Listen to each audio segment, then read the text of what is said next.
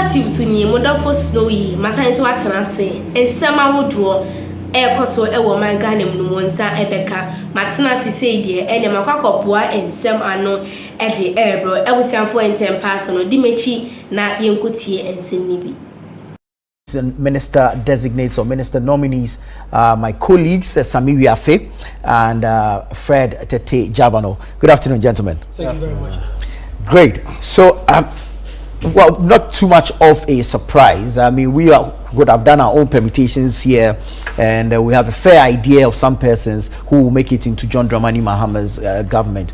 But Mr. President has given us some timelines, and it appears as though he's dedicated or committed to respecting these timelines. So we've seen the first batch: Dr. Kesela Toforsen, John Abdullahi Jinapo, and Dr. Dominic Ayene. Fred, let me start with you. Tell us about these gentlemen. I mean, in no particular order, whichever comes to mind, you can guess. So let's start with the finance ministry, and even with the appointments, you realize that the names or the offices which these people have been appointed to are very important offices. When you look at the discussions in the last few days, I'm not surprised that we have the president naming the finance minister, the energy minister, and the attorney general minister for justice. You know, we have a budget to be presented. Exactly. Government would need to present a budget. The president will need to present a budget, and once you started running your government and you've taken over office, you've seen and heard a lot of the issues within the country and the governance system. You need to plan on how you're going to run the country. You cannot run the country without money. So it is very important to have a finance minister who you would sit with to draw up a budget on how you're going to run the country for the next 1 year. You look at the issues concerning the energy sector. The president was sworn into office. The very day he was sworn into office, the now nominated Minister for Energy hints about the fact that we are heading into a crisis, an energy crisis, because we didn't have fuel reserves, and the fact that there was an issue with WAPCO, and how we had to deal with. So we're heading potentially into doomsday. You needed an energy minister to resolve this matter, to deal with this matter. It comes to dealing with the various partners in terms of agreements. Already we are told that we have been, the government has spoken to the West African pipelines to engaging them to see whether there could be another postponement of that shutdown, scheduled maintenance work. We don't know where that has happened, what has happened to that. But then you've been having to deal with people, other companies, oil companies, people who are going to bring you these fuel and light oil for your plants. You need the agreement for that. Yes, you could engage the Attorney General's office, but then you would want to engage people with a substantive minister or somebody who you know would fill the office. Right. So the three names or offices or ministries which have been mentioned and have been named are very important, very key, very important within the state of affairs of the country at this particular moment.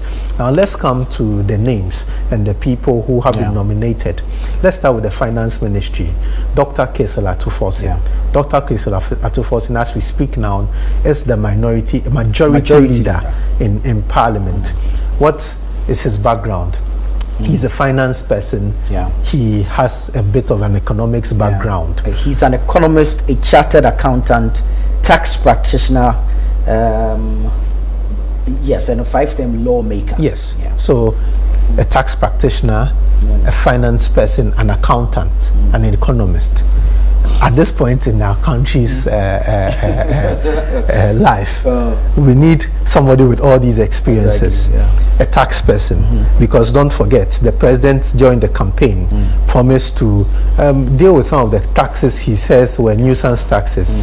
For example, the e-levy. We talk about the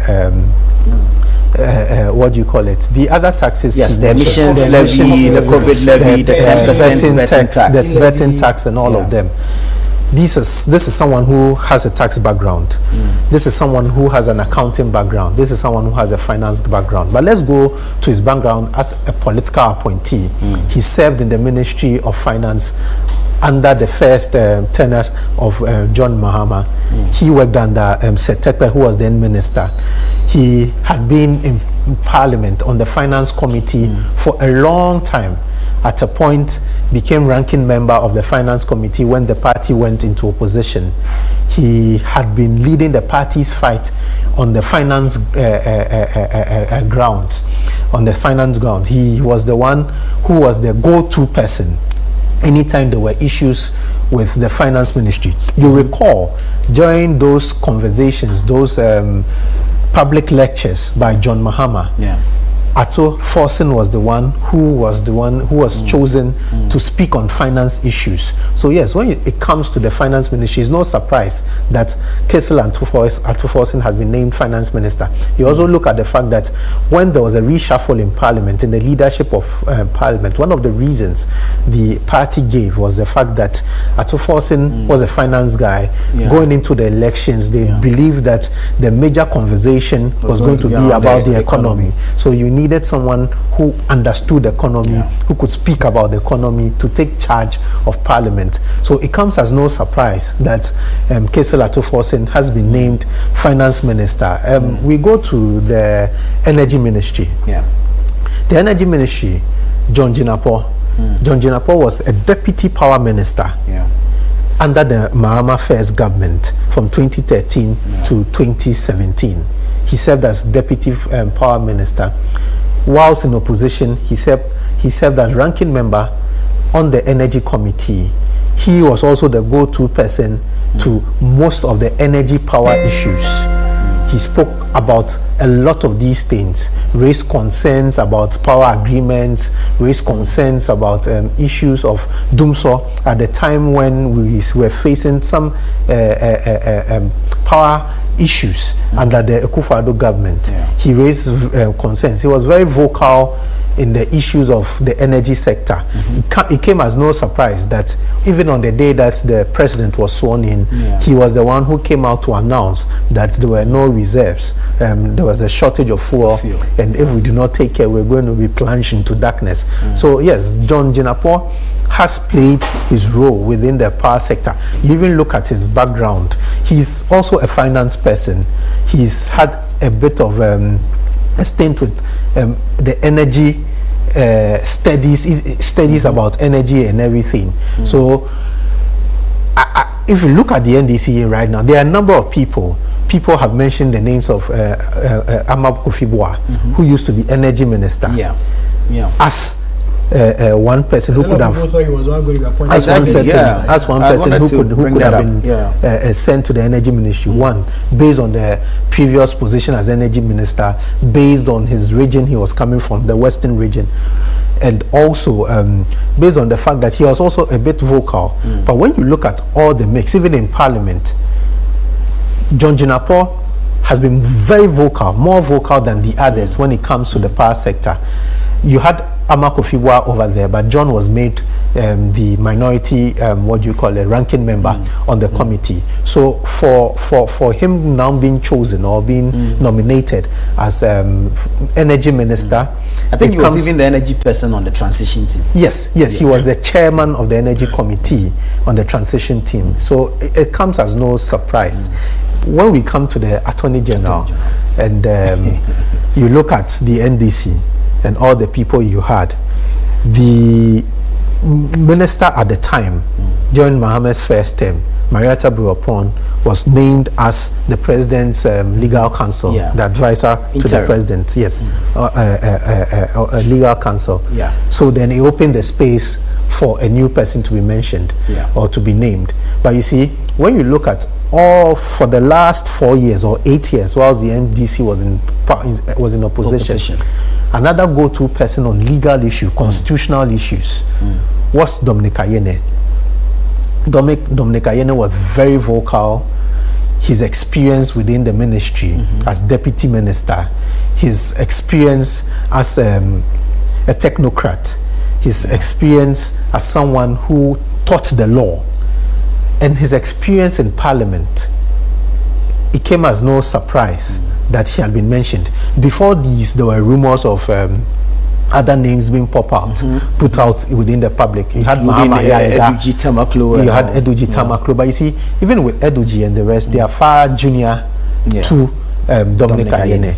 Mahama Yaiga, a very brilliant law practitioner, but you look at the practice properly.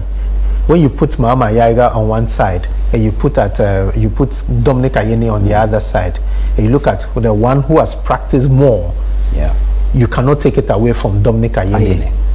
He has been in the ministry. He knows the workings of the ministry. He's engaged the officers of the ministry. So and don't forget that the NDC now has a task based on a promise to prosecute people they believe have committed criminal acts, people they believe have stolen government resources. They put in the oral to be the committee to set the grounds for the prosecution and investigations into some of these malfeasance that they believe had taken place within government. So naming somebody like Dominic Ayene, who has been in the ministry, who has led prosecution in the ministry, is no surprise. So for me, the three people who have been mentioned, they do not come at a surprise at all. They are people who are well known within the spaces which they've been nominated to go and head and lead.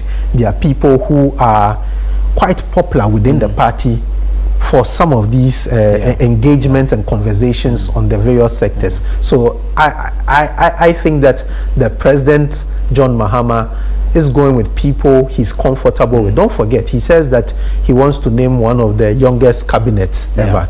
You look at John Jinapo, quite young. You look at Kesla Atoforsen, quite young. Dr. Dominic Ayene, you cannot describe as quite, he's a senior man, but I mean in Ghana here, anybody can tell you I'm relatively young. So young at heart. Yes, I think the first three appointments and the names which have been mentioned comes as no surprise to me, and I'm sure it comes as no surprise to a lot of people. The issue is whether they will be able to perform their duties as expected. Being in opposition and having to oppose and propose solutions is not the same as being the minister and implement those proposed solutions. So we wait to see how they would perform within the ministries. Right. Madam Azese mudi mechi kotie ensema hodo a ekoso ewo oman Ghana mu ewusiafo betimi edo comment no ewukimi na mejebre akenkani na ede amo aha Ghanatube. So open semetia na odi weni achimu ana so obetimi subscribe na odonsa emia bell no so ede ama me fefefe aha Ghanatube. So siade makram.